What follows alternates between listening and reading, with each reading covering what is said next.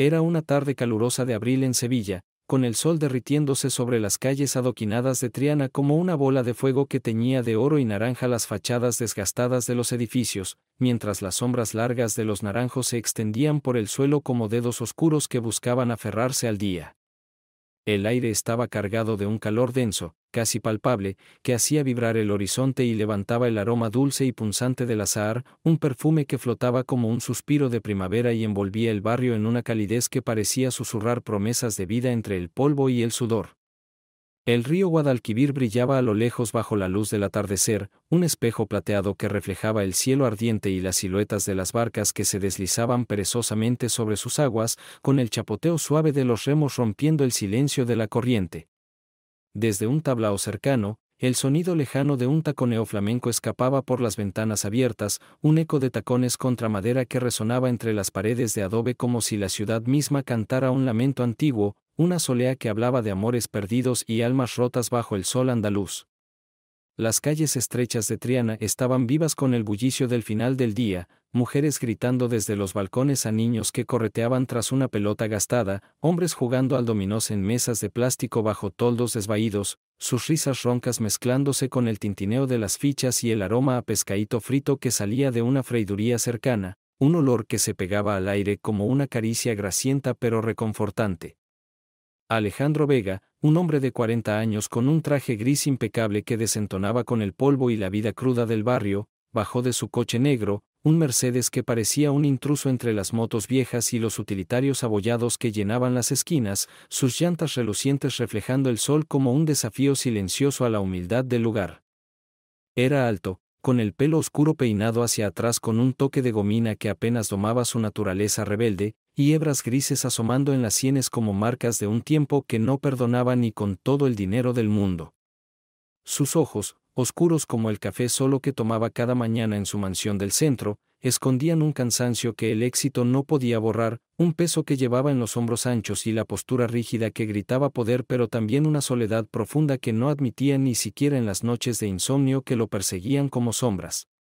Había construido un imperio tecnológico basado en energías verdes, Vega Solar, una empresa que lo había elevado desde las calles humildes de su infancia en el Polígono Sur, aquel barrio de bloques grises donde el olor a gasolina y el ruido de los taxis de su padre llenaban sus días, hasta las portadas de revistas empresariales que lo llamaban el Rey Verde de España. Era un hombre que había jurado no volver a mirar atrás, que había cambiado el sudor de las fábricas por el brillo de las salas de juntas, pero que ahora cargaba con las cicatrices de una vida de excesos y decisiones que aún lo perseguían en sueños, noches en que el whisky caro era su único consuelo bajo el techo alto de su mansión sevillana.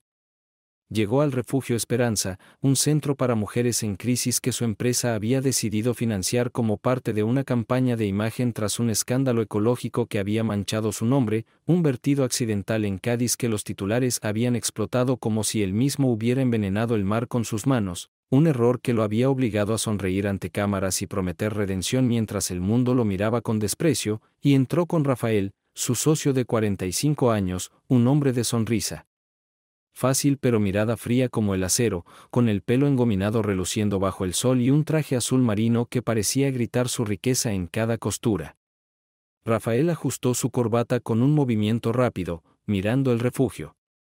Con una mezcla de desdén y cálculo, y murmuró mientras el calor le subía por el cuello: «Esto nos limpiará la cara, Alejandro, pero no te encariñes con esta gente, que luego te piden más de lo que das y nos metemos en un lío del que no salimos».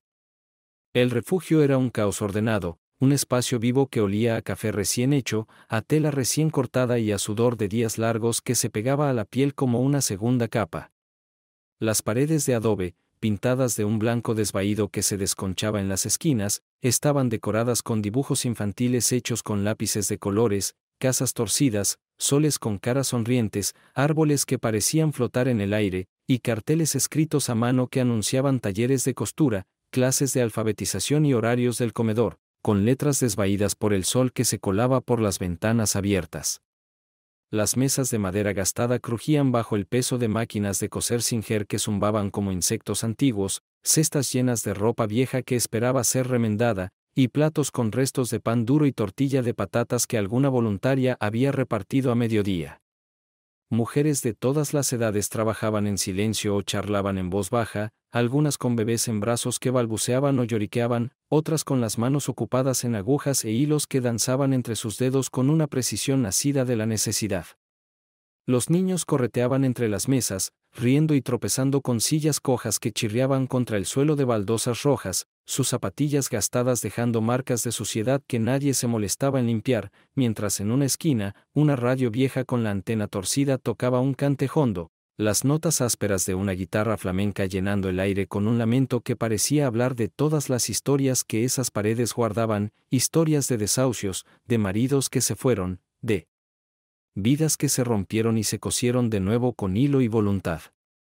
María, una trabajadora social de 29 años con el pelo negro recogido en una trenza que le caía por la espalda como una cuerda fuerte, salió a recibirlos con una bandeja de café en las manos y una sonrisa que iluminaba el espacio como una lámpara en la penumbra, una luz que cortaba la tristeza del lugar con una calidez que parecía desafiar las grietas de las paredes. Era una mujer menuda pero fuerte, con ojos vivos que brillaban de un optimismo que no se rendía y una voz que resonaba con el acento cantado de Sevilla, un deje alegre que envolvía cada palabra como si fuera una copla. Bienvenidos, señores, pasad dentro que esto está caliente pero vivo. Esto es lo que hacemos aquí, dar un hogar a quien lo pierde todo, un sitio donde levantarse cuando el mundo te tira al suelo. No es caridad, que quede claro, es dignidad, que no se nos olvide quiénes somos. Alejandro asintió, con las manos en los bolsillos del traje y una distancia en la mirada que lo mantenía al margen, firmando cheques mentales mientras recorría el lugar con pasos lentos, con Rafael a su lado murmurando números y estrategias bajo el zumbido de las máquinas de coser. María los guiaba con una energía que no decaía, señalando las mesas del taller donde las mujeres cortaban tela con tijeras que rechinaban, explicando con orgullo: aquí enseñamos a coser, a leer, a cocinar si hace falta. Muchas no tienen nada cuando llegan, ni un techo, ni una manta sus niños, pero se van con algo en las manos y en el alma. Rafael frunció el ceño, con una mano ajustando la corbata como si el calor lo estuviera asfixiando, y dijo con un tono seco: muy bonito, pero ¿cuánto cuesta mantener esto? Porque nosotros no estamos perder dinero. María lo miró con una ceja levantada, respondiendo con una risa corta: aquí no se pierde, aquí se gana vida, señor. Aunque no sé si usted entiende lo que vale eso. Alejandro dejó que las palabras flotaran en el aire, observando el movimiento del refugio con una mezcla de curiosidad y desconcierto, un mundo que no entendía pero que lo atraía como una melodía que no podía dejar de escuchar. Pero entonces la vio, y el mundo se detuvo como si alguien hubiera arrancado el sonido del aire, dejando solo el latido atronador de su corazón resonando en sus oídos como un tambor que no podía silenciar, un golpe que lo atravesaba como un relámpago en una noche sin estrellas. Clara Ruiz, su exesposa, estaba de pie en un rincón del refugio, cerca de una ventana abierta que dejaba entrar la luz dorada del atardecer, un rayo que caía sobre ella como si el sol mismo quisiera señalarla, iluminando su figura con una calidez que lo golpeó como un puñetazo en el pecho. Sostenía a un recién nacido en brazos, meciendo al bebé con una ternura que parecía sacada de un cuadro antiguo, con el pelo castaño recogido en una coleta desordenada que se deshacía con cada movimiento, mechones sueltos cayéndole sobre la frente sudorosa como hilos de cobre bajo la luz. Llevaba una camiseta blanca sencilla, manchada de leche en el hombro, y unos vaqueros gastados que se ajustaban a su figura agotada pero aún fuerte, con las rodillas deshilachadas rozando el suelo mientras se balanceaba suavemente. El bebé, envuelto en una manta azul que temblaba con cada respiración, dormía contra su pecho, con el pelo oscuro asomando como un mechón de noche contra la tela, un pequeño bulto que respiraba con un ritmo suave que cortaba el bullicio del refugio como un susurro en una tormenta. Clara, de 36 años, había sido su mundo durante 6 años de matrimonio, una mujer de ojos castaños profundos que podían reír como el sol sobre el Guadalquivir o cortar como el hielo de un invierno sevillano, una trianera de pura cepa que había llenado su vida de luz con su risa cantada y su fuerza tranquila, hasta que él la apagó con sus ausencias, sus viajes y sus promesas rotas que se deshacían como el humo de un cigarro en el viento. Habían firmado el divorcio hacía 2 años en un despacho frío del centro, tras una pelea final en su mansión donde ella le gritó: no eres un hombre, eres un cheque, con lágrimas corriendo por sus mejillas, y él la dejó ir sin luchar, con las manos en los bolsillos y los ojos vacíos, convencido de que era lo mejor para ambos, que ella merecía más que un hombre que no sabía quedarse. Ahora, verla allí, en un refugio, con un niño en brazos, lo dejó sin aliento. Con el corazón latiéndole tan fuerte que sentía las sienes palpitar y las manos temblando dentro de los bolsillos del traje como si fueran a romperse bajo la presión. Sus ojos se encontraron, un choque de miradas que atravesó el espacio entre ellos como un relámpago que corta el cielo en dos, y el tiempo se detuvo bajo esa luz dorada que pintaba el suelo de baldosas rojas con sombras suaves. Alejandro palideció, con la piel perdiendo el color bajo el bronceado de años al sol, y murmuró con la voz quebrada por una incredulidad que lo ahogaba como el río en una crecida: ¿Clara? El sonido salió ronco, apenas un susurro que se perdió entre el zumbido de las máquinas de coser y el cantejondo de la radio, pero ella lo oyó, y soltó un jadeo que hizo que el bebé se removiera en sus brazos, un pequeño quejido que rompió el silencio entre ellos.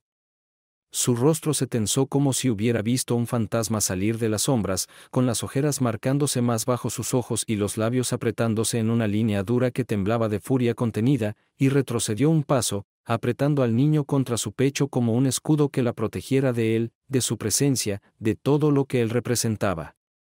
María, confundida, dejó la bandeja de café sobre una mesa con un golpe sordo que resonó contra la madera, girándose hacia ellos con las manos en las caderas y el ceño fruncido. ¿Os conocéis? ¿Qué pasa aquí, Clara? ¿Quién es este?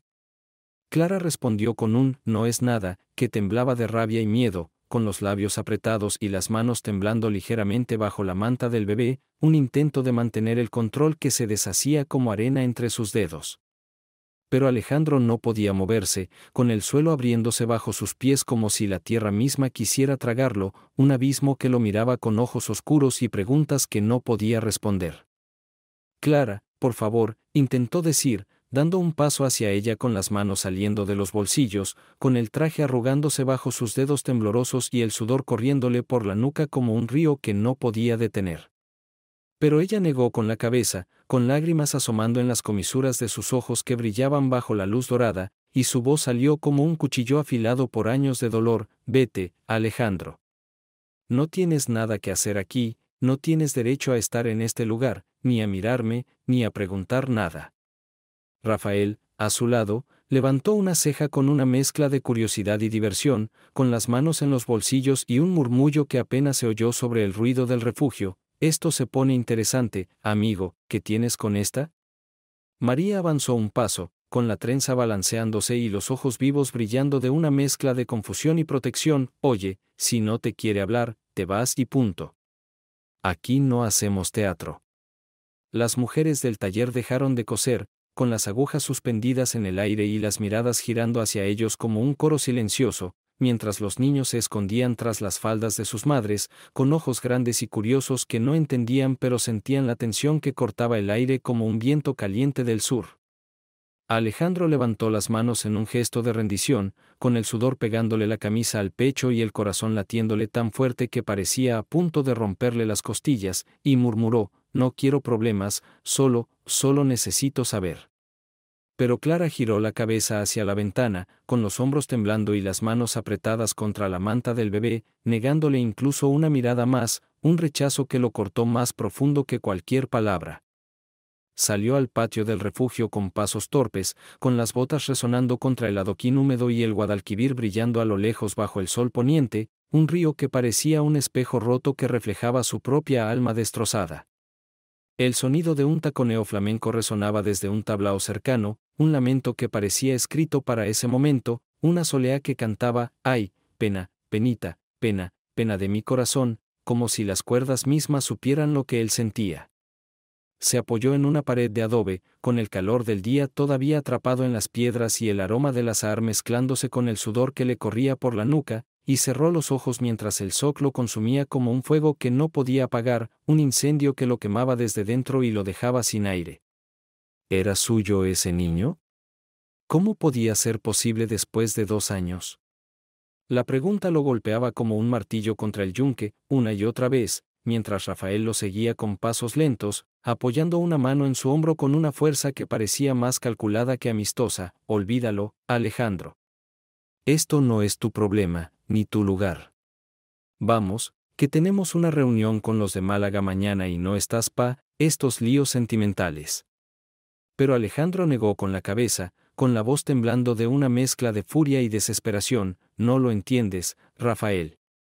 Esa es Clara, mi Clara. Y ese niño, podría ser mío. Rafael soltó una risa seca que cortó el aire como un cuchillo. ¿Tuyo, después de 2 años? Estás loco, amigo. Vámonos antes de que hagas el ridículo. Pero Alejandro no se movió, con los ojos fijos en el río y la mente girando en un torbellino que no podía detener. Esa noche, en su mansión sevillana, un palacio de paredes blancas que olían a historia y cal, suelos de mármol negro que reflejaban las luces de arañas de cristal como estrellas atrapadas, y ventanales que daban a la Giralda brillando bajo un cielo estrellado que parecía burlarse de su caos interior, no pudo dormir, paseando por el salón con el whisky temblando en la copa y las manos sudando bajo las mangas de una camisa que había dejado de ser impecable. El silencio de la casa era ensordecedor, roto solo por el tic-tac de un reloj de pared que había comprado en un viaje a Ginebra, un capricho de 10.000 euros que marcaba las horas con una precisión cruel, un recordatorio de cada segundo que había perdido en una vida que ahora le parecía un espejismo vacío.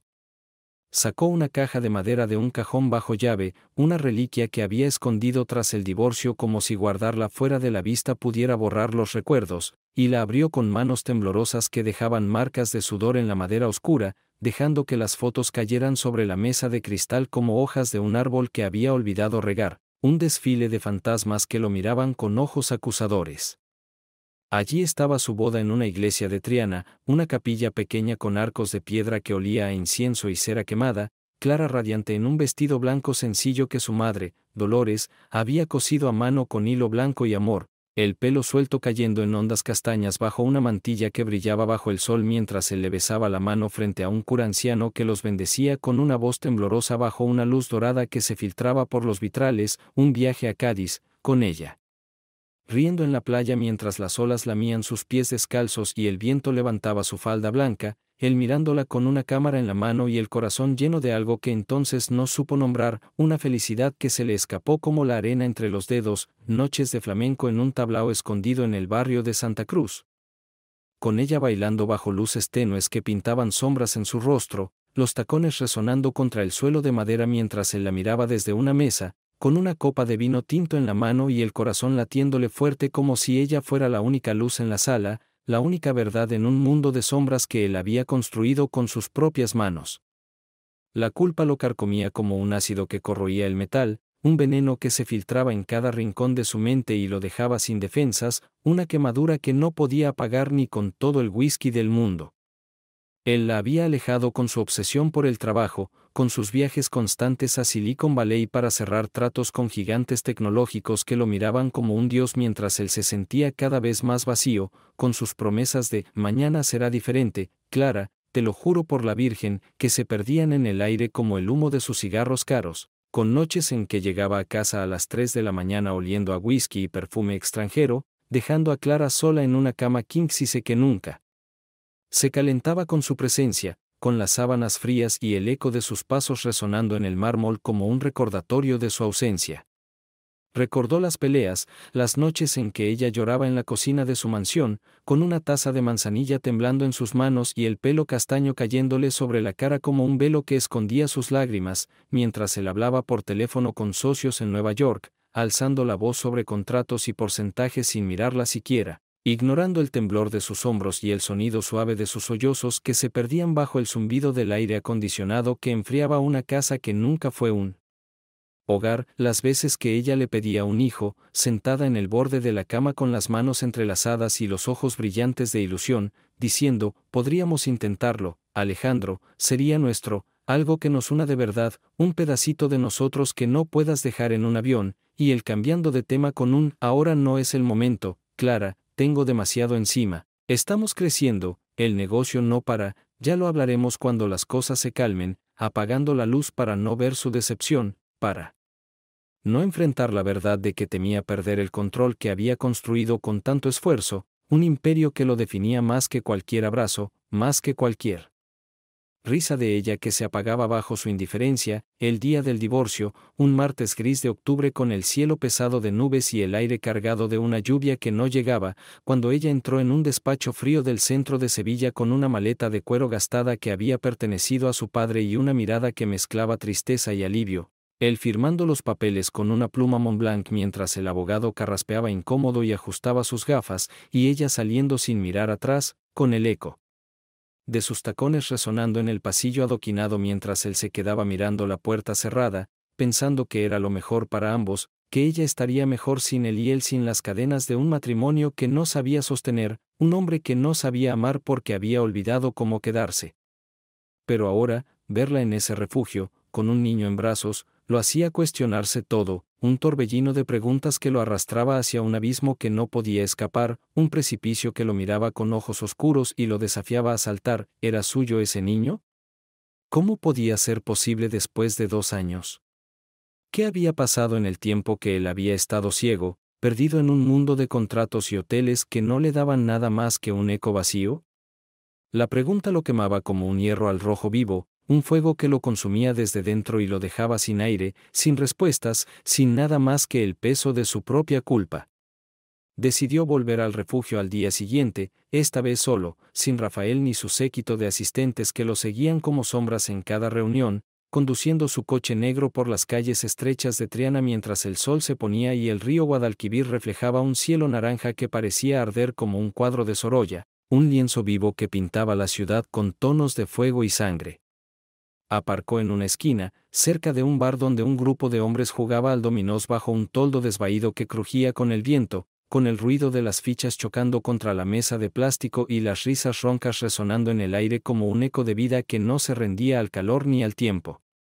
Caminó hacia el refugio con el corazón latiéndole fuerte contra las costillas, un tambor que marcaba cada paso como si fuera a una ejecución, con el traje gris arrugado por el calor y las manos sudando bajo las mangas, un hombre que parecía fuera de lugar entre las motos viejas y las mujeres que gritaban desde los balcones, pero que avanzaba con una determinación que no sabía que tenía, un fuego que lo empujaba hacia adelante aunque no supiera qué encontraría al final del camino. Entró con cautela, con las botas resonando contra el suelo de baldosas rojas y el aire cálido del refugio golpeándole la cara como una pared, un calor que olía a café recién hecho, a sudor de días largos y a tela cortada que se pegaba a la piel. Las mujeres seguían trabajando en el taller, con las máquinas de coser zumbando como insectos antiguos y las agujas danzando entre sus dedos con una precisión nacida de la necesidad, mientras los niños correteaban entre las mesas con risas que resonaban como campanas en una iglesia vacía. María lo vio desde una esquina, repartiendo café con una bandeja en las manos, y frunció el ceño con una mezcla de curiosidad y desconfianza. ¿Otra vez tú? ¿Qué haces aquí, hombre? Él levantó una caja de leche que había traído como excusa, con la voz temblando ligeramente. Traje algo para el comedor, pensé que os vendría bien. Ella asintió, con una sonrisa torcida que no llegaba a sus ojos. Siempre viene bien, pero no me engañas, que aquí hay algo más. Ten cuidado, que esto no es un sitio pa' tus juegos. Alejandro dejó la caja en una mesa, con las manos temblando bajo las mangas, y buscó a Clara con la mirada, recorriendo el salón lleno de vida y lucha hasta que la encontró en el patio trasero, meciendo al bebé bajo un naranjo que llenaba el aire de un dulzor ácido, un árbol viejo con las hojas verdes brillando bajo la luz del atardecer y las flores blancas cayendo al suelo como pequeños copos de nieve primaveral que se deshacían bajo sus botas.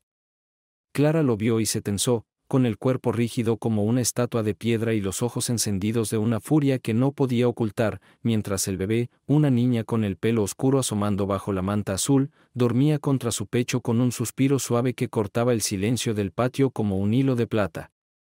Sus manos se apretaron contra la manta, con los dedos temblando ligeramente bajo la tela, y su voz salió como un cuchillo afilado por años de dolor cuando él se acercó. ¿Qué haces aquí otra vez, Alejandro? Te dije que te fueras, que no tienes nada que hacer en este lugar. Él dio un paso hacia ella, con las manos saliendo de los bolsillos y el corazón subiéndole a la garganta como un nudo que no podía deshacer. Clara, por favor, tenemos que hablar. Solo dime la verdad, te lo suplico, ¿es mío? Necesito saberlo, no puedo seguir así. Ella rió, una risa amarga que cortó el aire como un relámpago. un sonido que resonó contra las paredes de adobe del patio y lo hizo retroceder como si lo hubiera golpeado, un eco que llevaba consigo todo el peso de sus años rotos. ¿Tuyo, después de 2 años, después de todo lo que pasó entre nosotros?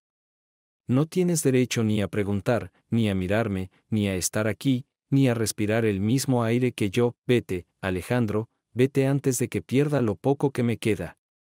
Sus ojos brillaron con lágrimas que no dejaba caer, con las ojeras marcándose más bajo la luz del atardecer, y apretó al bebé contra su pecho como si fuera lo único que la mantenía en pie, un escudo contra él, contra el pasado que él representaba, contra el dolor que volvía con cada palabra.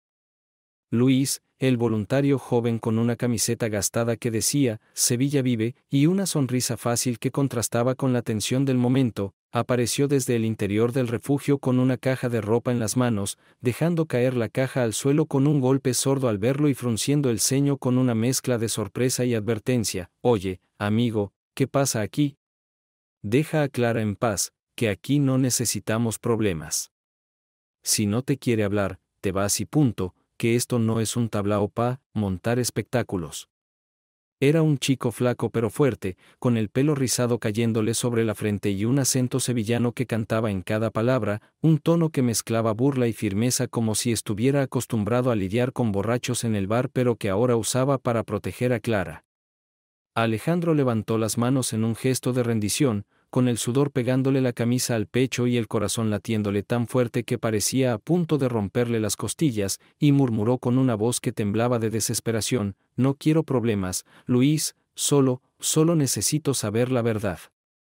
Por favor. Pero Clara negó con la cabeza, girándose hacia el naranjo con un vete que temblaba de furia y dolor, con las hojas del árbol rozándole el pelo y las flores blancas cayendo al suelo como lágrimas que ella no podía derramar. La tensión subía como el calor del día, un aire denso que parecía a punto de explotar, y Alejandro salió del patio con pasos torpes, con las botas resonando contra el adoquín húmedo y el Guadalquivir brillando a lo lejos bajo el sol poniente, un río que parecía un espejo roto que reflejaba su propia alma destrozada mientras el taconeo flamenco resonaba desde el tablao como un eco de su derrota, una melodía que cantaba, ay, pena, penita, pena, y lo seguía como una sombra que no podía sacudirse.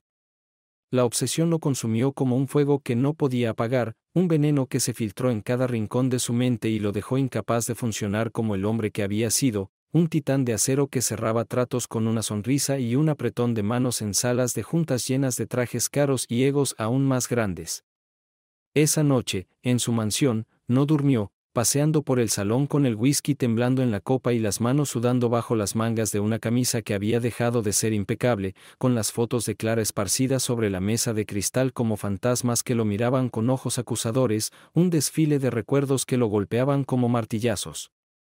Al día siguiente, contrató a un detective privado, un sevillano curtido llamado Paco, un hombre de unos 50 años con un sombrero de ala ancha que parecía sacado de una película de Almodóvar, un acento cerrado que arrastraba las palabras como el río Guadalquivir en una tarde calma, y una mirada que había visto demasiadas historias oscuras bajo el sol andaluz, con arrugas profundas marcando un rostro que parecía tallado en madera vieja.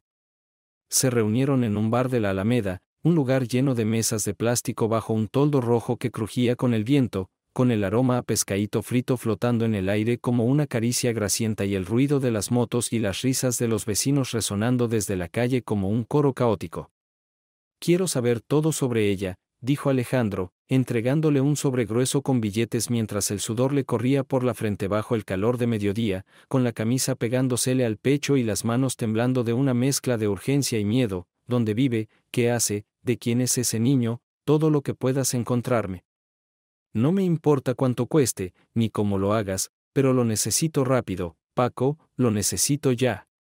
Paco asintió, guardándose el sobre en la chaqueta con un movimiento rápido que parecía más un reflejo que una decisión, y respondió con una voz ronca que cortaba el aire como un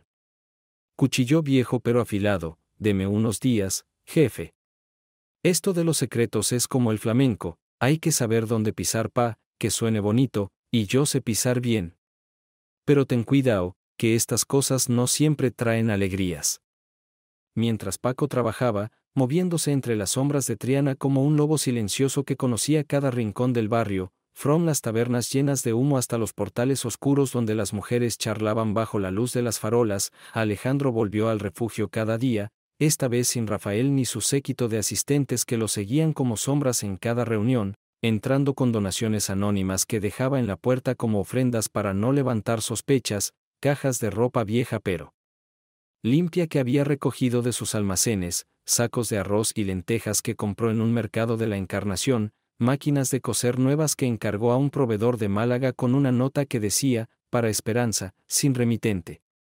Observaba a Clara desde lejos, escondido tras pilares de adobe que olían a tierra seca o fingiendo revisar su móvil con las manos temblando mientras ella trabajaba con las mujeres del refugio, enseñándoles a coser camisetas en un taller improvisado con mesas cojas y tijeras que rechinaban como si protestaran por el uso, o repartiendo platos de lentejas en el comedor con una calma que lo desconcierta, una fuerza tranquila que no recordaba de sus años juntos, una mujer que parecía más viva entre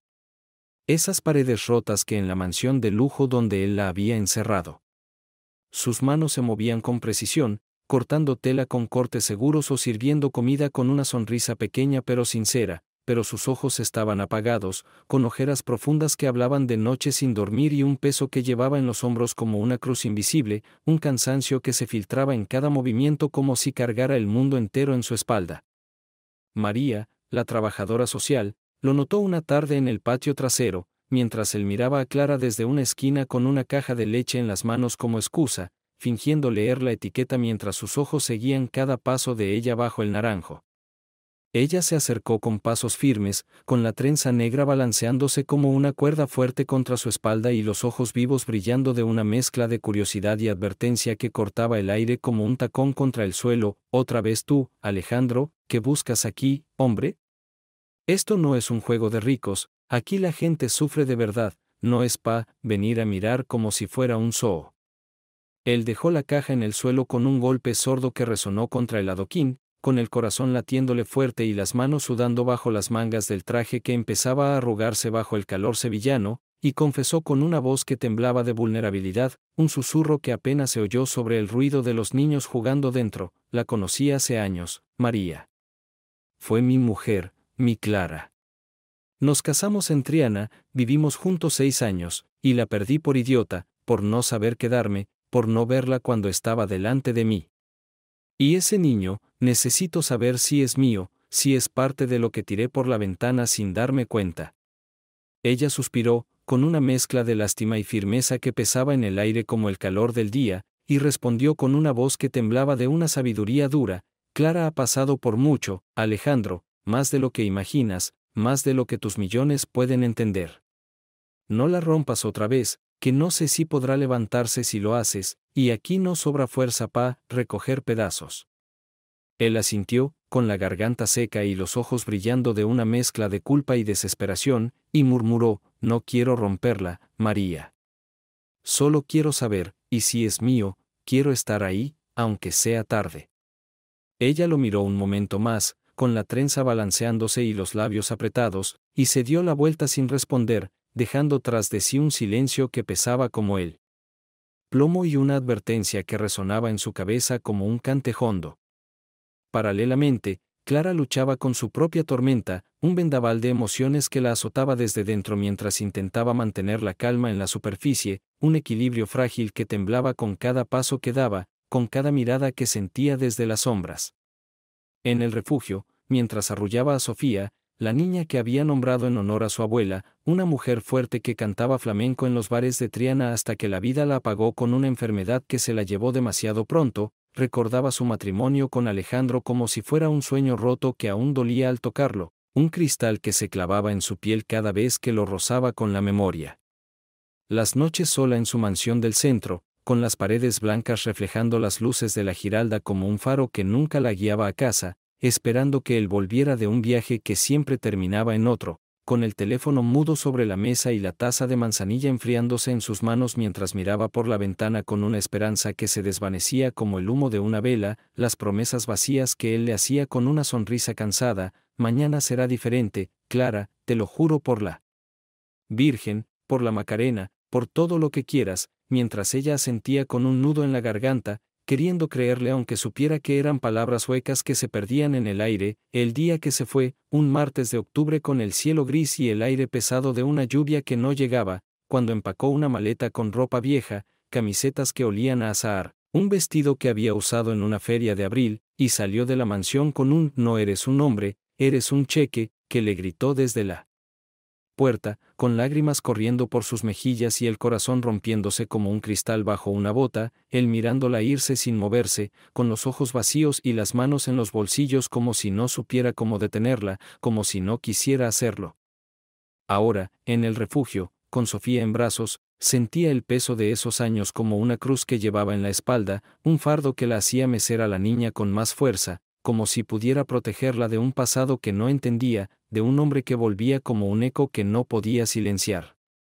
Sus manos temblaban bajo la manta azul, con los dedos rozando la piel suave de Sofía como si fueran lo único que la mantenía anclada al presente, y su voz temblaba cuando le cantaba una nana flamenca: «Ay, mi niña, duerme en paz, que la luna te va a guardar», un susurro que se quebraba con cada nota mientras las lágrimas amenazaban con caer, un lamento que salía de su alma como si fuera un cantejondo que no podía callar.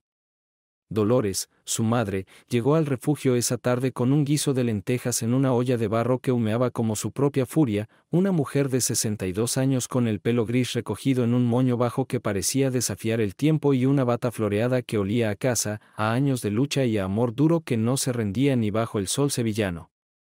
Dejó la olla en la cocina con un golpe sordo que resonó contra las baldosas, un sonido que cortó el aire como un martillo, y se acercó a Clara con las manos en las caderas y una voz que cortaba como un cuchillo afilado por décadas de resistencia, un tono que temblaba de una furia que venía de lo más profundo: «Ese hombre no merece ni mirarte, Clara, ni respirar el mismo aire que tú y mi nieta.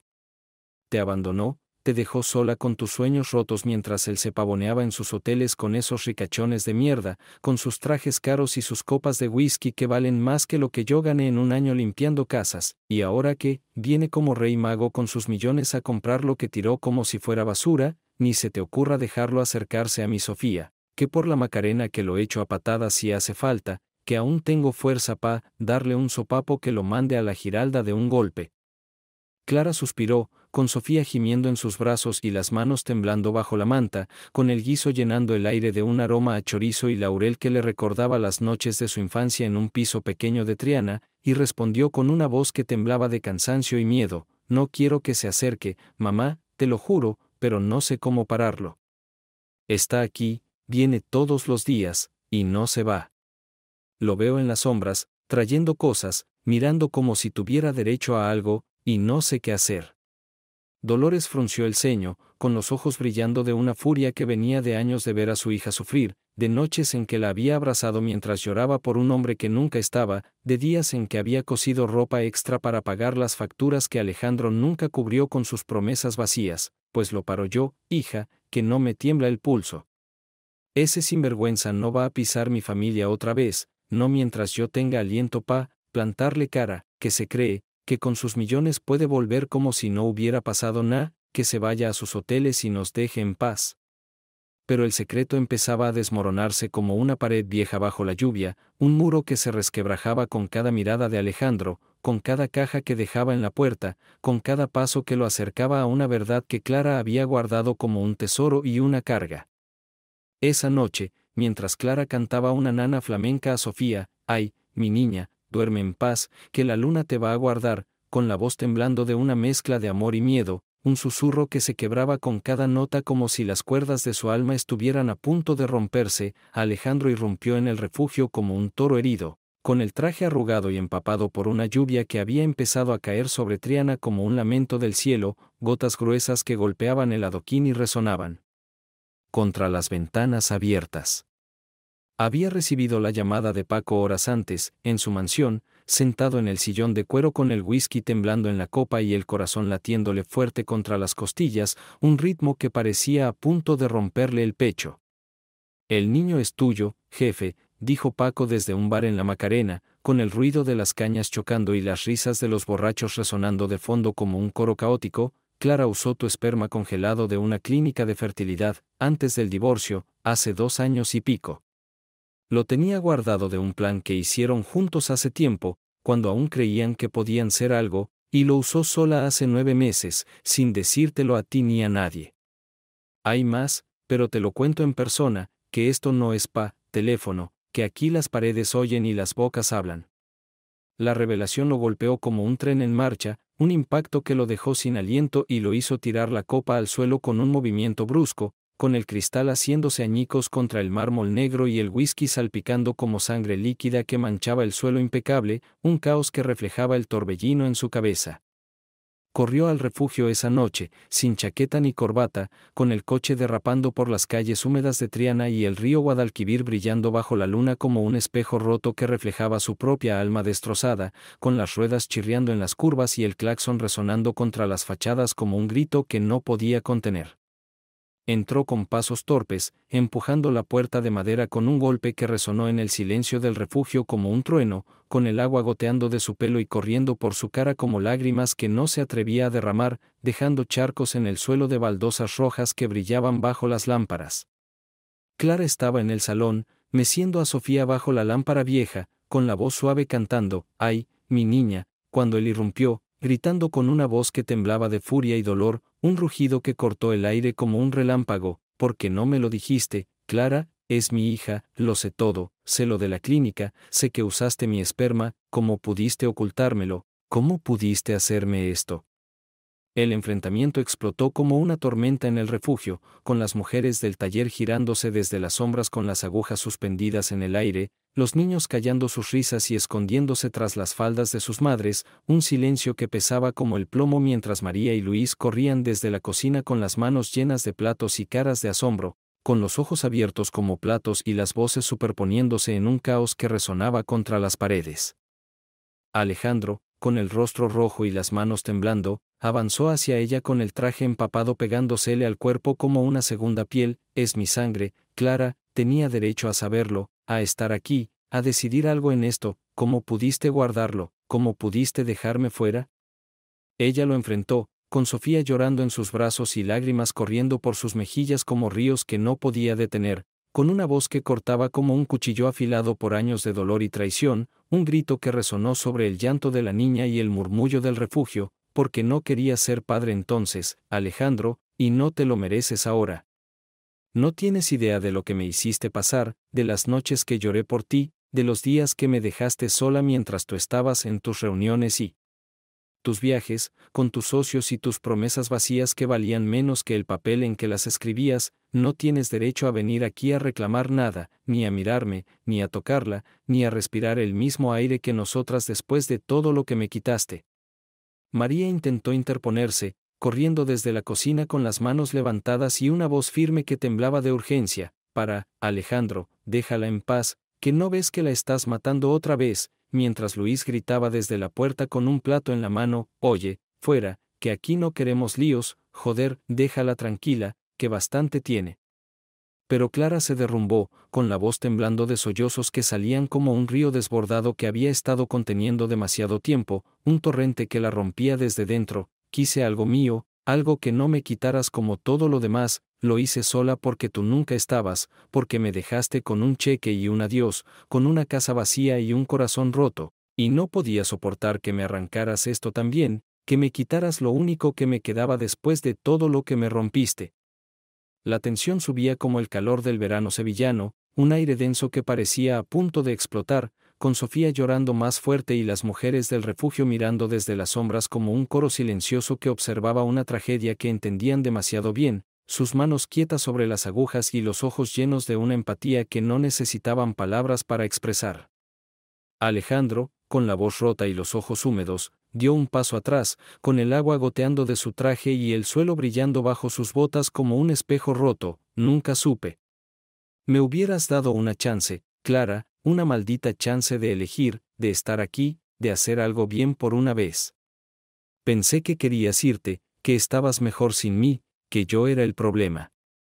Ella rió, con una amargura que resonó contra las paredes como un cantejondo que hablaba de todo lo que habían perdido, un lamento que cortaba el aire. «Una chance, te di 6 años de chances, Alejandro, 6 años de noches esperándote, de días mirando el teléfono por un mensaje que nunca llegaba, de sueños que tiré por ti porque tú me pedías que esperara, que tuviera paciencia, que el negocio iba primero, te pedí un hijo 1000 veces, te pedí una vida juntos, te pedí que te quedaras una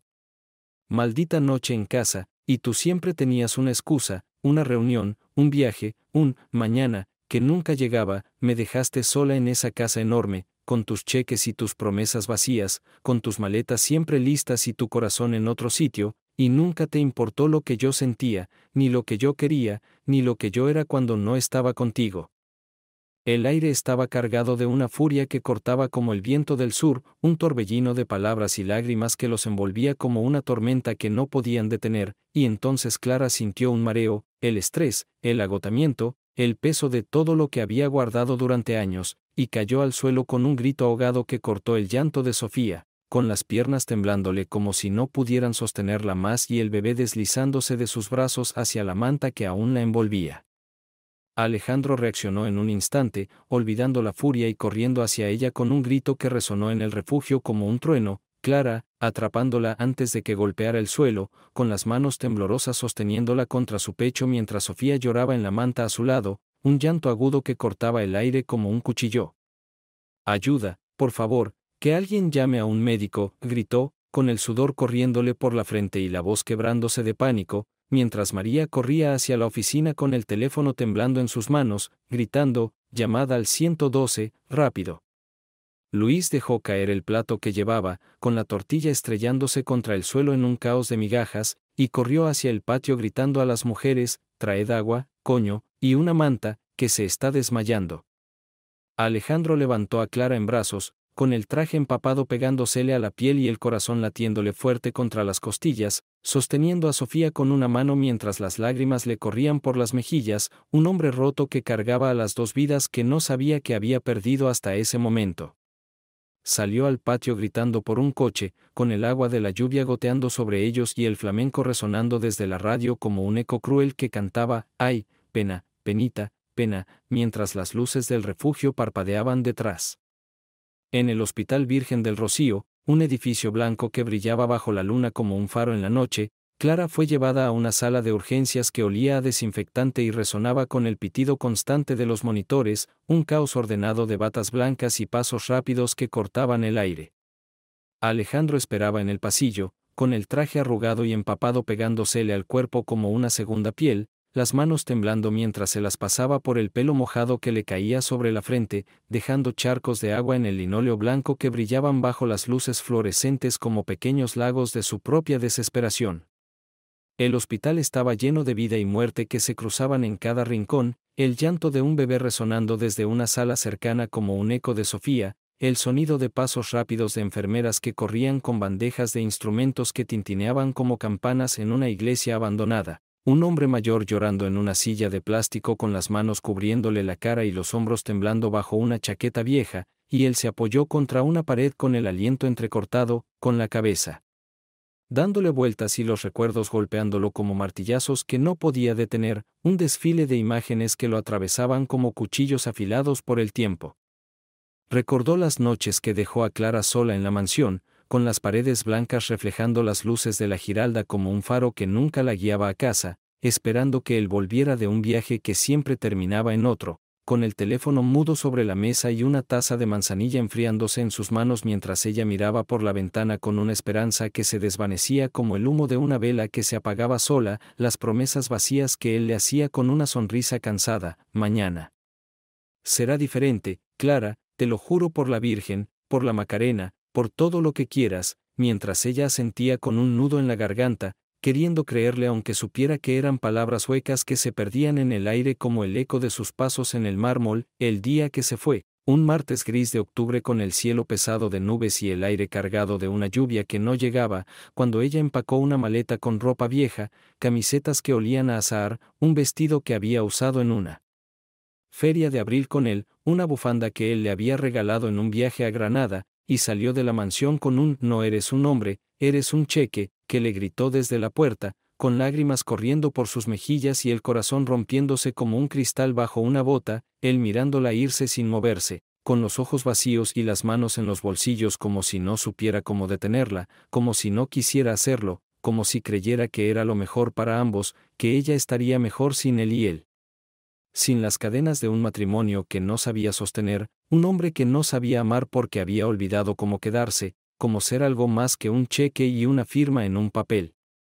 Ahora, en ese pasillo frío que olía a desinfectante y resonaba con el pitido de los monitores, se daba cuenta de que había sido un idiota, un ciego que había perdido lo único que valía la pena por un imperio que no llenaba el vacío en su pecho, un hombre que había dejado que el orgullo y la ambición lo guiaran mientras el amor se le escapaba entre los dedos como arena que no podía atrapar. Rafael apareció entonces, entrando por la puerta principal con su gabardina gris empapada que goteaba sobre el linóleo y una sonrisa tensa que no llegaba a sus ojos oscuros, un hombre que parecía fuera de lugar en el caos del hospital con su traje impecable y su pelo engominado brillando bajo las luces fluorescentes como si acabara de salir de una reunión en la Castellana. Se acercó con pasos lentos, con las manos en los bolsillos y una calma fingida que no engañaba a nadie, y soltó con un tono frío que cortaba el aire como un bisturí afilado: te dije que la dejaras ir, Alejandro. Esto te va a hundir, no solo a ti, sino al negocio, a la empresa, a todo lo que hemos construido en estos años. No vale la pena meterse en este lío por una mujer y un crío que no sabemos ni de quién es.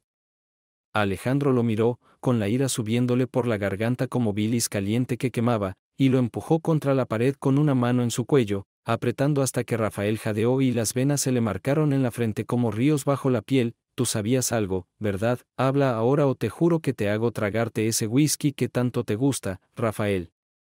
Rafael, con el rostro enrojeciendo y las manos levantadas en señal de rendición, confesó bajo presión, con la voz temblando y las palabras saliendo como un río desbordado que no podía contener, un torrente que llevaba consigo años de secretos. Sí, lo sabía, ella me lo contó antes del divorcio, vino a mí llorando porque querías hijos pero nunca estabas ahí, porque te pedía una familia y tú solo le dabas excusas y cheques que no llenaban nada. Le dije que lo hiciera sola, que no te lo contara. Que tú no cambiarías nunca, que eras un perdido en tus hoteles y tu dinero, que un crío te arruinaría el foco, te sacaría del juego. Quería proteger el negocio, Alejandro, protegerte a ti de esa locura, de que te hundieras en una vida que no sabes vivir. Alejandro lo soltó con un empujón que lo hizo tropezar, y Rafael cayó al suelo con un gemido, dejando caer su móvil sobre el linóleo blanco con un golpe seco que resonó en el pasillo como un eco de su propia caída, un sonido que cortó el aire como un disparo final. La traición lo golpeó como un puñetazo en el estómago, un cuchillo que se clavó en su pecho y lo dejó sin aire, un dolor que mezclaba furia, culpa y una tristeza tan profunda que apenas podía respirar, un abismo que se abría bajo sus pies y lo arrastraba hacia abajo con cada palabra que Rafael había escupido como veneno. Agarró el móvil con manos temblorosas, con el agua goteando de su traje y el corazón latiéndole fuerte contra las costillas, y vio mensajes antiguos entre Rafael y Clara en la pantalla agrietada, un historial que brillaba bajo las luces fluorescentes como una confesión escrita en sangre. No se lo digas, Clara, él no va a cambiar, hazlo sola, que él solo te va a fallar otra vez, si te quedas con él, te arrastrará con su mierda. Mensajes que Rafael había enviado meses antes del divorcio, alimentando su resentimiento con una precisión quirúrgica, convenciéndola de mantenerlo en secreto para alejarla y mantener a Alejandro enfocado en el negocio, en las reuniones, en un imperio que también era su creación pero que ahora usaba como arma para controlarlo, un juego sucio que lo había mantenido ciego mientras Clara cargaba sola con una decisión que él nunca supo que había tomado. Pero no tuvo tiempo de procesarla, de dejar que el veneno de la traición lo consumiera como un fuego que no podía apagar. Un médico salió de la sala de partos, con la bata arrugada y manchada de sudor, las manos aún temblando ligeramente por la adrenalina de un turno interminable, y habló con una voz seria que cortó el aire como un bisturí afilado, un tono que resonó en el pasillo y lo arrancó del torbellino de su mente. Es una niña, la pequeña está bien, nació hace 10 minutos, 7 libras. Y muy sana, un parto rápido pero duro. La madre está estable, agotada por el estrés y el desmayo, pero se va a recuperar con descanso. Puede entrar si quiere, pero sea breve, que necesita calma. Alejandro dejó a Rafael en el suelo, con la respiración agitada y las manos temblando como si quisiera estrangularlo, pero el médico lo detuvo con una mirada que no admitía discusión. Usted decide, pero no me monte un lío aquí dentro. Rafael se levantó, con la gabardina arrugada y la cara roja, y salió sin mirar atrás, con pasos torpes que resonaban en el pasillo como un eco de su derrota, mientras Alejandro entraba a la sala con el corazón latiéndole fuerte y el agua del traje goteando sobre el linóleo como un rastro que dejaba atrás todo lo que había sido.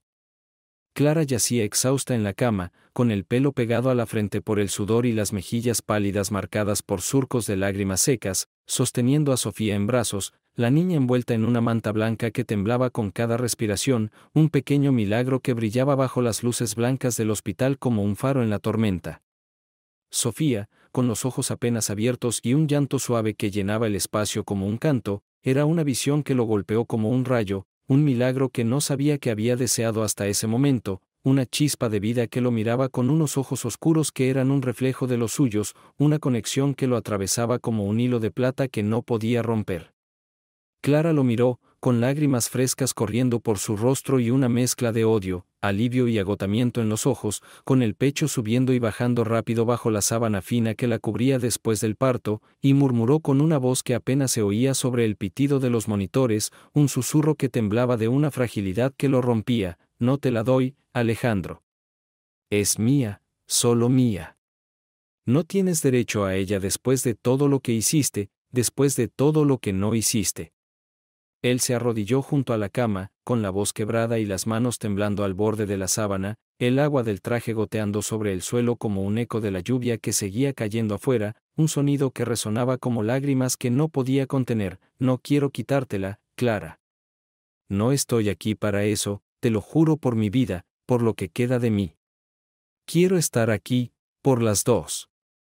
Por favor, dame una oportunidad de hacerlo bien esta vez, de ser algo más que el idiota que fui, que el hombre que no supo quedarse».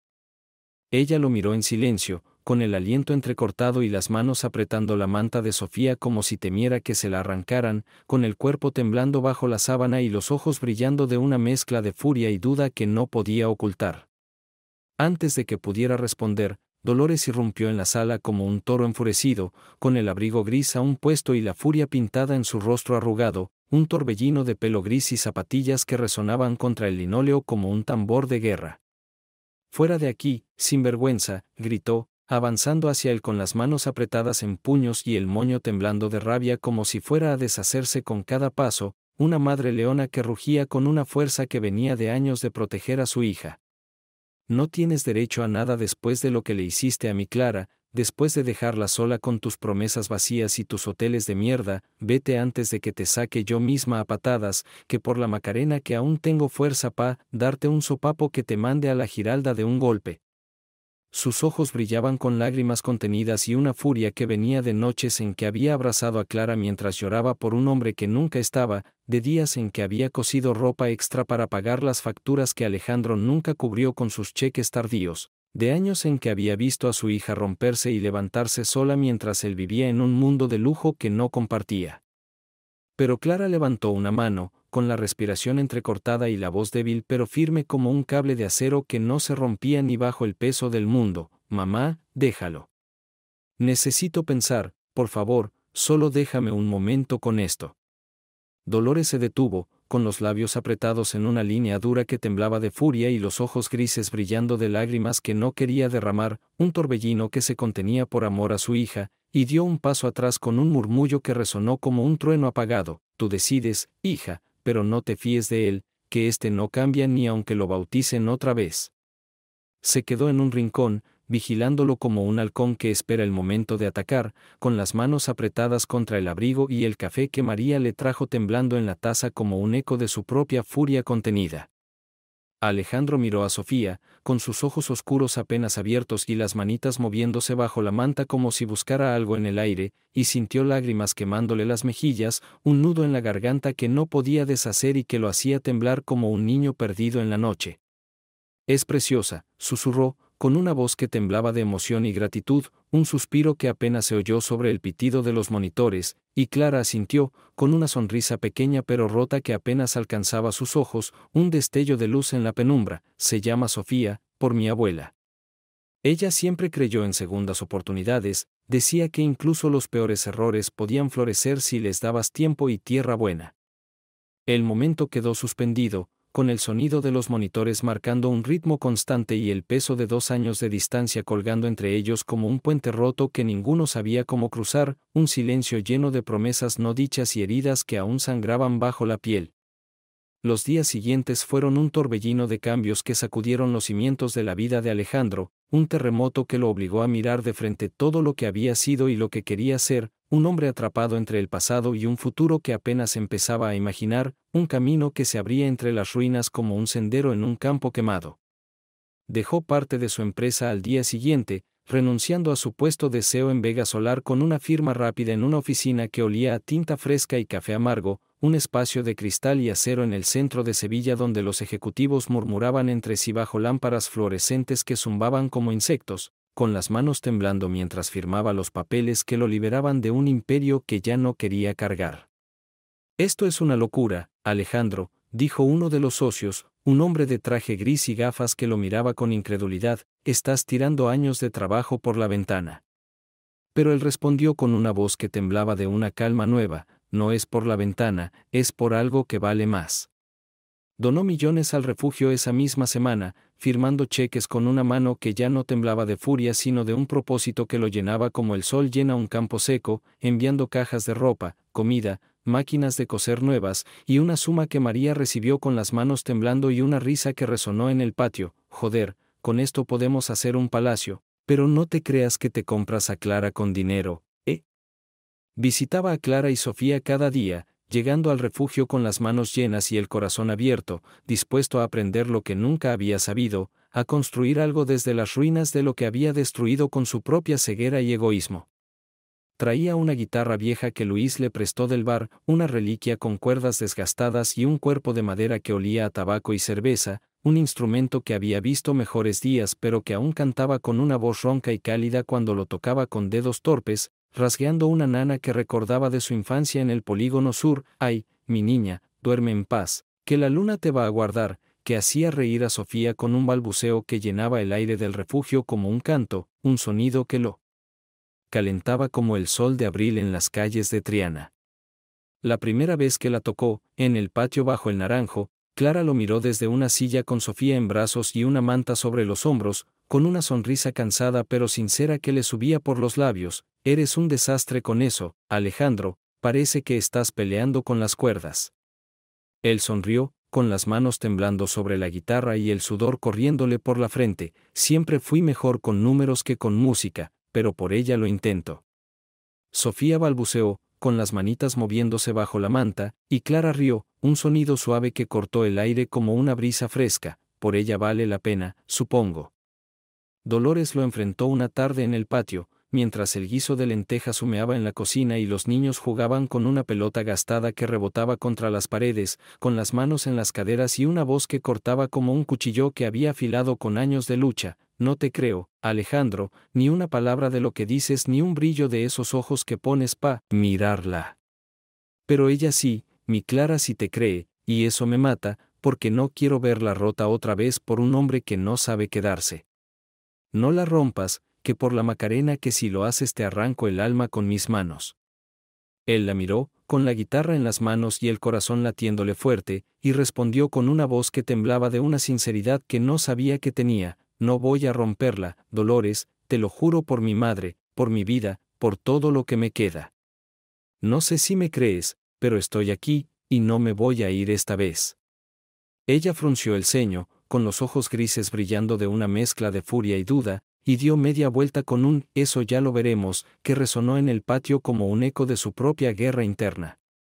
Clara, con el tiempo, lo dejaba entrar poco a poco en su vida, permitiéndole cargar a Sofía mientras María y Luis vigilaban desde la cocina con sonrisas y bromas que aligeraban el aire. «Oye, Valdés, no la dejes caer, que no tenemos repuesto», decía Luis con una risa, mientras María añadía: «y si canta otra vez esa nana, que alguien le dé clases, que pa' flamenco no sirve». Las visitas se convirtieron en un ritual, un baile torpe de silencios y palabras cuidadosas que iba ganando ritmo, un compás que ninguno había practicado pero que empezaban a dominar como si hubieran nacido para ello, un paso hacia adelante y dos hacia atrás que los llevaba a un lugar nuevo, un terreno frágil pero vivo. Sofía crecía rápido, con el pelo negro rizado que brillaba bajo la luz tenue de la lámpara vieja en el salón, una reliquia de cristal opaco que Dolores había rescatado de un mercadillo años atrás y que ahora proyectaba sombras suaves sobre las paredes, y unos ojos oscuros que lo miraban con una curiosidad que lo desarmaba, un reflejo de los suyos que lo hacía temblar cada vez que los encontraba, una conexión silenciosa que no necesitaba palabras pero que hablaba más alto que cualquier discurso que hubiera dado en una sala de juntas llena de trajes caros y egos aún más grandes. Alejandro aprendía a sostenerla con una mezcla de miedo y asombro, sintiendo su peso ligero contra el pecho como un ancla que lo ataba al presente, un recordatorio cálido y vivo de todo lo que había perdido y lo que aún podía ganar, una niña que balbuceaba sonidos suaves y lo miraba como si supiera más de lo que él jamás entendería, con una sabiduría inocente que lo hacía sentir pequeño y grande al mismo tiempo, un contraste que lo llenaba de una ternura que no sabía que podía sentir, un amor que crecía como una planta en un suelo seco.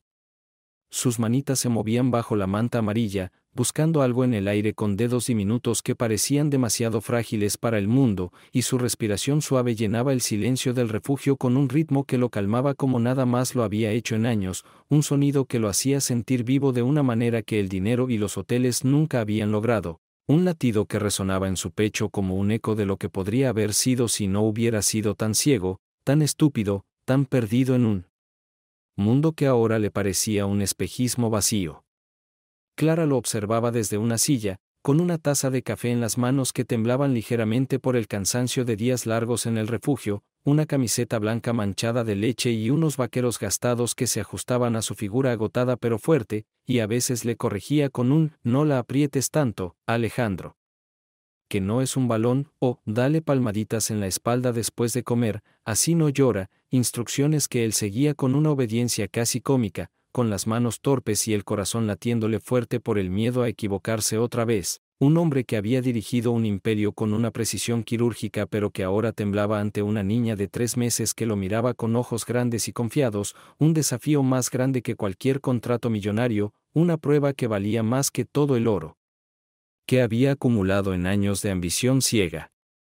Cada vez que cargaba a Sofía, sentía el calor de su cuerpo pequeño contra el suyo, un calor que se filtraba a través de la camisa arrugada y lo llenaba de una paz que no había encontrado en ninguna sala de juntas ni en ningún vuelo privado sobre el Atlántico, un sentimiento que lo anclaba al suelo de baldosas rojas del refugio como si por primera vez en años tuviera raíces que no podía arrancar.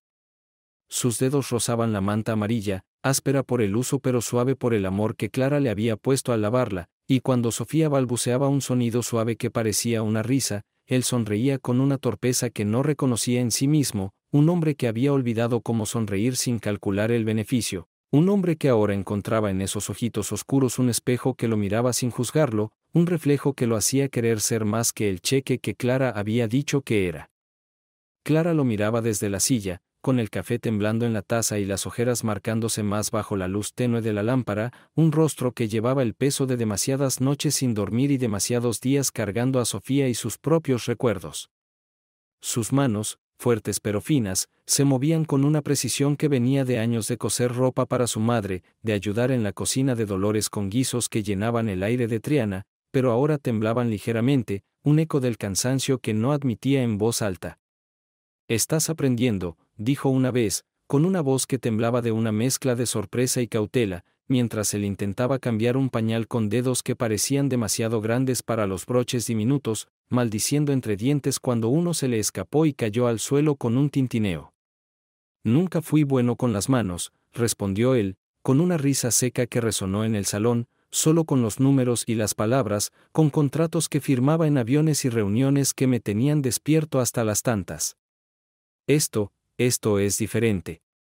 Ella asintió, con una sonrisa pequeña que no llegaba a sus ojos pero que suavizaba las líneas de su rostro. «Diferente no es malo, pero no te acostumbres a que te lo diga fácil. Sofía no necesita un padre a medias, y yo menos». Sus palabras eran un cuchillo que cortaba con una precisión que dolía, pero también una puerta que se abría apenas, un resquicio de luz que lo hacía aferrarse a la esperanza como un náufrago a un trozo de madera en el Guadalquivir. María y Luis se convirtieron en testigos constantes de ese baile torpe entre Alejandro y Clara, un coro que observaba desde la cocina o el patio con sonrisas y bromas que aligeraban el aire pesado del refugio. María, con su trenza negra y su camiseta verde que decía, Esperanza es lucha, se apoyaba en el marco de la puerta con una taza de café en la mano y una ceja levantada, diciendo, Oye, Valdés, no la dejes caer, que no tenemos repuesto pa' esa pequeñaja, y Clara me mata si le pasa algo. Luis, con su camiseta gastada y su pelo rizado cayéndole sobre la frente, añadía desde una silla coja con una risa que resonaba como campanas, y si canta otra vez esa nana, que alguien le dé clases, que flamenco no sirve, parece un turista perdido en un tablao. Las bromas eran un escudo contra la tensión que aún flotaba en el aire, un intento de suavizar las esquinas afiladas de una historia que ninguno entendía del todo pero que todos sentían como un cantejondo que resonaba en las paredes del refugio. Una tarde, mientras Alejandro intentaba darle el biberón a Sofía con manos temblorosas que derramaban leche en su camisa cara, Luis se acercó con una botella de Cruzcampo en la mano y una sonrisa torcida. Tío, relájate, que parece que estás firmando un contrato de millones con esa cara. Es un biberón, no una bomba. Alejandro rió, con la leche goteándole por la manga y el corazón latiéndole fuerte. Es más difícil que cualquier contrato, Luis. Esto no lo resuelves con dinero. Luis le dio una palmada en el hombro, con una fuerza que lo hizo tambalearse, pues menos mal, porque aquí el dinero no vale nada si no sabes quererlas. Dolores, por otro lado, seguía siendo un muro de piedra que no cedía, una presencia constante que llenaba el refugio con su mezcla de amor feroz y desconfianza arraigada, una madre leona que protegía a Clara y Sofía con garras afiladas y ojos que no perdonaban ni olvidaban, un desafío que Alejandro enfrentaba con cada visita como si fuera una prueba de fuego que debía superar para probar algo que ni él mismo sabía definir. Cada vez que llegaba, lo recibía con una mirada que podía cortar vidrio, los ojos grises brillando bajo el moño apretado y las manos apretadas contra la bata floreada como si quisiera estrangular algo invisible, un ritual que se repetía con una precisión casi teatral, como si cada encuentro fuera una batalla que estaba decidida a ganar por el bien de su hija y su nieta. No sé qué haces aquí todavía, decía, con una voz que resonaba como un martillo contra el yunque, mientras pelaba patatas en la cocina con un cuchillo que cortaba con una furia contenida que parecía dirigida a él, las cáscaras cayendo al fregadero con un ruido seco que llenaba el silencio como disparos, o doblaba ropa en el salón con una precisión militar que parecía desafiarlo, apilando camisetas y paños con una rapidez que dejaba claro que no necesitaba su ayuda ni su presencia, que su mundo funcionaba perfectamente sin él y siempre lo había hecho. Una noche, mientras Clara dormía en una silla con Sofía en el pecho, agotada tras un turno doble en el refugio cosiendo ropa para un pedido urgente que María había conseguido de una tienda local, Alejandro intentaba montar un móvil de estrella sobre la cuna, peleándose con tornillos que no encajaban y maldiciendo entre dientes mientras las piezas de plástico se le resbalaban de las manos y caían al suelo con un tintineo que resonaba en el salón pequeño. Dolores se acercó con una taza de café en la mano que humeaba como su propia furia, con el aroma fuerte llenando el aire y las zapatillas arrastrándose contra el suelo como un eco de su cansancio, y soltó un discurso que destilaba veneno pero temblaba de una emoción que no podía esconder, un torrente de palabras que salían como un río desbordado que había estado conteniendo durante años. ¿Te crees que con esto limpias tu conciencia, verdad? No tienes ni idea de lo que es ser padre, ni de lo que es quedarse cuando las cosas se ponen feas, cuando el mundo te da la espalda y no hay dinero que lo arregle. Eres un egoísta, Alejandro Vega, y siempre lo serás, por mucho que traigas cosas caras y hagas ojitos a mi nieta como si fueras un santo que viene a salvarnos. ¿Sabes cuántas noches la encontré llorando en esa cocina porque no contestabas el teléfono, porque estabas en sabe Dios donde con tus socios y tu whisky, con esas mujeres de perfume caro que te miraban como si fueras un trofeo y ella no era nadie? ¿Cuántas veces me pidió dinero para pagar la luz porque tus cheques llegaban tarde o no llegaban nunca, porque estabas demasiado ocupado con tus hoteles y tus viajes para acordarte de que tenías una mujer esperándote? ¿Cuántas veces me dijo, mamá, no sé qué hice mal, mientras yo le cosía la ropa para que no se rompiera como su corazón, mientras yo trabajaba doble turno limpiando casas que no se quedara sin luz ni comida mi niña? ¿Cuántas veces la vi mirando por la ventana esperando que volvieras, con esa Esperanza que tú le mataste poco a poco cada vez que te ibas, y tú ni siquiera te dignabas a llamar, ni a mandar un mensaje, ni a dar una señal de que te importaba lo que dejaba atrás. No tienes ni idea, y vienes aquí con tus juguetes y tus canciones como si eso arreglara algo, como si con un carrito y unas palabras bonitas pudieras borrar el daño que hiciste, como si pudieras comprar con dinero lo que rompiste con tu maldita indiferencia, con tu ausencia que pesa más que todo el oro que tienes. Él levantó la vista, con un destornillador temblando en la mano y el sudor corriéndole por la frente, con la camisa arrugada y las mangas subidas hasta los codos, el pelo desordenado cayéndole sobre los ojos y las manos manchadas de grasa del móvil, y respondió con una voz baja pero firme que temblaba de una mezcla de culpa y determinación, un hombre enfrentando un espejo que no quería mirar pero que ya no podía evitar, un reflejo que lo desnudaba hasta el hueso y lo dejaba expuesto como nunca antes. No estoy aquí para limpiar nada, Dolores. Sé lo que hice, sé que fui un desastre, un idiota que no vio lo que tenía hasta que lo perdió, un egoísta que pensó que el dinero y el éxito podían llenar el vacío que dejaba cada vez que la dejaba sola, cada vez que elegía un vuelo a Silicon Valley o una reunión en Nueva York sobre ella, sobre sus lágrimas, sobre su risa que se apagaba porque yo no estaba para encenderla. No hay día que no me pese como una piedra en el pecho, que no me despierte sudando pensando en esas noches que no estuve, en esas veces que no contesté, en esos momentos que tiré por la ventana por un maldito cheque o una palmada en la espalda de un socio que no valía ni un céntimo al lado de ella, al lado de lo que teníamos. No puedo borrar esos 6 años, ni las noches que la dejé llorando, ni las veces que fallé como hombre, como marido, como todo lo que ella necesitaba que fuera y yo no supe ser porque estaba demasiado ciego, demasiado perdido en un mundo que ahora veo que no valía nada sin ella. Pero estoy intentando, Dolores, por Sofía y por ella, aunque no me creas, aunque me odies hasta el último día de tu vida, aunque me mires como si fuera el diablo mismo entrando por esa puerta con mis manos sucias y mi corazón roto. No espero que me perdones, no espero nada que no me gane con hechos, con estar aquí cada día que me dejen, con levantarme cada vez que me caiga, con aprender a ser algo más que el cheque que ella dijo que era, pero no voy a rendirme. No esta vez, no cuando por fin veo lo que perdí y lo que todavía puedo salvar, aunque sea un pedacito de lo que fuimos. Ella lo miró en silencio, con los labios apretados en una línea dura que temblaba de furia y los ojos grises brillando de una mezcla de rabia y algo que parecía duda, una chispa que temblaba en su mirada como una estrella en un cielo nublado, y dio media vuelta sin responder, dejando tras de sí un silencio que pesaba como el plomo y una grieta en su armadura que apenas se veía pero que estaba ahí, un resquicio donde la posibilidad empezaba a colarse como un rayo de luz en una habitación cerrada. Un destello que temblaba en la penumbra y que ninguno sabía cómo nombrar todavía, un eco que resonaba como el flamenco que seguía sonando desde la radio en una esquina del refugio.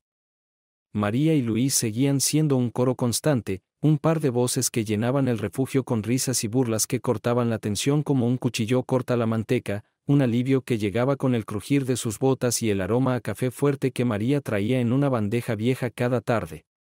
Una noche, mientras Alejandro intentaba tocar la guitarra para Sofía bajo el naranjo del patio, rasgueando una nana torpe que sonaba más a chirrido que a melodía, con las cuerdas temblando bajo sus dedos inexpertos y él maldiciendo entre dientes cada vez que perdía el ritmo, María se acercó con una cerveza Cruzcampo en la mano y una sonrisa que brillaba bajo la luz de la luna. Valdés, por Dios, para de torturar a esa guitarra, que parece que le estás dando un ataque. Si sigues así, Sofía va a salir corriendo antes de que aprenda a gatear. Luis, sentado en una silla coja con las piernas idas y una botella en la mano, añadió con una risa que resonó contra las paredes de adobe, y nosotros con ella, tío. Eso no es flamenco, eso es un lamento de gato en celo. Déjalo los profesionales y coge una caña, que te hace más falta. Alejandro rió, con las manos temblando sobre las cuerdas y el sudor corriéndole por la nuca bajo el calor de la noche sevillana. Nunca fui bueno con la música, solo con los números y las firmas. Pero por ella lo intento, aunque sea un desastre. María le dio una palmada en el hombro, con una fuerza que lo hizo tambalearse ligeramente, pues sigue intentando, que al menos la haces reír, y eso ya es algo. Pero si Clara te echa por cantar mal, no digas que no te avisé. Clara, desde la silla con Sofía en brazos, los miraba con una sonrisa que temblaba entre la diversión y algo más profundo, un brillo en los ojos que no llegaba del todo pero que suavizaba las líneas de su rostro agotado. Es un desastre, sí, dijo, con una voz que temblaba de una mezcla de burla y ternura, pero Sofía no se queja, así que algo debe estar haciendo bien. Las palabras eran un puente frágil, una cuerda que se tensaba entre ellos con cada día que pasaba, y Alejandro las tomaba como un tesoro, guardándolas en su pecho como si fueran lo único que lo mantenía en pie. Dolores, desde la cocina, gruñó algo entre dientes mientras cortaba cebollas para un guiso, con el cuchillo resonando contra la tabla como un tambor de guerra. Bien nada, eso es lo que hace. Pero si mi nieta lo quiere, que se quede, aunque sea hacer el ridículo. Era lo más cerca que había estado de una tregua, un murmullo que cortaba el aire como un relámpago lejano, y Alejandro lo tomó como una victoria pequeña pero real, un paso en un camino que aún no sabía a dónde lo llevaba. Pero el pasado no estaba dispuesto a quedarse en silencio, un eco que resonaba en cada rincón de sus vidas como un tambor lejano que no podían ignorar, un recordatorio de que las heridas no se curan con solo desearlo, que las cicatrices permanecen aunque el tiempo las suavice. Una noche, semanas después del enfrentamiento en el refugio, Rafael volvió como un lobo hambriento, con la gabardina gris empapada por una lluvia que caía sobre Sevilla como un lamento del cielo, gotas gruesas que golpeaban el adoquín y resonaban contra las ventanas del bar donde Alejandro lo encontró, un lugar en la Alameda lleno de mesas de plástico y el aroma a pescadito frito flotando en el aire. Había enviado un mensaje desde un número desconocido esa tarde, mientras Alejandro estaba en el refugio tocando la guitarra para Sofía: tenemos que hablar o te hundo. Sé cosas que no quieres que salgan. Alejandro lo enfrentó en una esquina del bar, con las manos temblando de furia y el traje arrugado bajo el calor húmedo de la noche, mientras los hombres jugaban al dominós bajo un toldo rojo y las risas resonaban como un eco lejano. ¿Qué quieres ahora, Rafael?, dijo, con una voz que cortaba como el acero afilado por la traición. ¿No tuviste bastante con lo que hiciste? Rafael sonrió, con una sonrisa torcida que parecía una mueca de desprecio, y sacó una carpeta del maletín que llevaba, con las manos temblando ligeramente bajo la luz tenue del bar. Sé cosas de tu pasado, Alejandro. Ese escándalo financiero en Málaga, el que enterramos hace 5 años con sobornos y favores. Paga 500.000 euros, o esto sale en los periódicos mañana, y tus hoteles se van a la mierda, tu refugio se queda sin un céntimo, y esa niña que tanto quieres no tendrá ni un padre ni un futuro. Alejandro lo miró, con la ira subiéndole por la garganta como bilis caliente, y lo empujó contra la pared con un grito que resonó sobre el ruido del bar: no tienes nada, Rafael, todo esto es por tu rencor, porque no soportas que ya no te necesite, que haya encontrado algo más grande que tus malditos juegos. Sacó su móvil y llamó a la policía frente a él, con la voz temblando de furia pero clara como un disparo. Sí, estoy en un bar de la Alameda, hay un hombre aquí intentando extorsionarme con documentos falsos. Vengan rápido, está amenazándome delante de testigos. Los hombres del dominós giraron las cabezas, con las fichas suspendidas en el aire, y el camarero dejó caer una jarra que se hizo añicos contra el suelo, con la cerveza salpicando como un eco del caos. Rafael intentó huir, con el maletín resbalándole de las manos y cayendo al suelo con un golpe que esparció papeles mojados por el adoquín, un caos de tinta corrida que se deshacía bajo la lluvia, pero tropezó con una mesa y cayó al suelo rodeado de curiosos que murmuraban y señalaban, con el pescadito frito rodando por el suelo como testigos mudos de su derrota. La policía llegó minutos después, con las luces rojas y azules brillando contra las fachadas húmedas, y se lo llevó esposado mientras él gritaba: «Esto no se queda así», con una voz que se perdía en el ruido de la lluvia y las sirenas. La verdad salió a la luz esa misma semana, con Paco confirmando en una reunión en el café de la Plaza de la Encarnación que los documentos de Rafael eran falsos, una fabricación torpe de fechas y firmas alteradas, un último intento desesperado de vengarse que se deshizo como papel mojado bajo la lluvia fría de Sevilla. Se encontraron bajo el toldo del café, con el aroma a churros y chocolate caliente flotando en el aire y los turistas riendo bajo las luces de Navidad que empezaban a encenderse en la plaza, un telón de fondo alegre que contrastaba con la seriedad del momento. Paco le entregó una carpeta con los registros originales, hablando con su acento cerrado que arrastraba las palabras como el río: «Todo limpio, jefe». Ese cabrón manipuló todo, pero no tiene nada que lo sostenga. La niña es tuya, y él no tiene ni un papel que lo pruebe lo contrario. Se acabó su juego. La policía cerró el caso, y Rafael terminó con una orden de alejamiento y una carrera en ruinas, un hombre que había apostado todo y perdido en un juego que nunca entendió del todo, su imperio de mentiras derrumbándose bajo el peso de su propia codicia. Alejandro visitó a Clara al día siguiente en el refugio, con las manos temblando mientras cargaba a Sofía bajo el naranjo, con el aroma del azahar llenando el aire y la guitarra descansando contra una silla. Le contó todo, con la voz quebrada: Rafael está fuera, Clara. Intentó hundirme, pero no lo dejé. No voy a dejar que nadie os toque, ni a ti ni a ella. Ella lo miró, con Sofía balbuceando en sus brazos y una sonrisa pequeña que temblaba en sus labios. No sé si puedo perdonarte, Alejandro, pero gracias por eso. Los días se convirtieron en semanas, y él seguía llegando, trayendo comida, tocando la guitarra con menos torpeza, aprendiendo a hacer algo más que un cheque.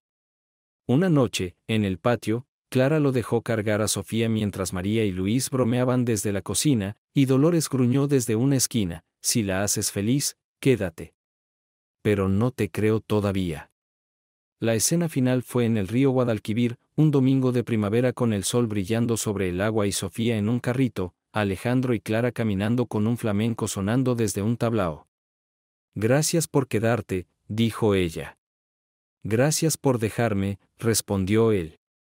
No estaban juntos, pero había esperanza, un nuevo comienzo bajo el sol sevillano.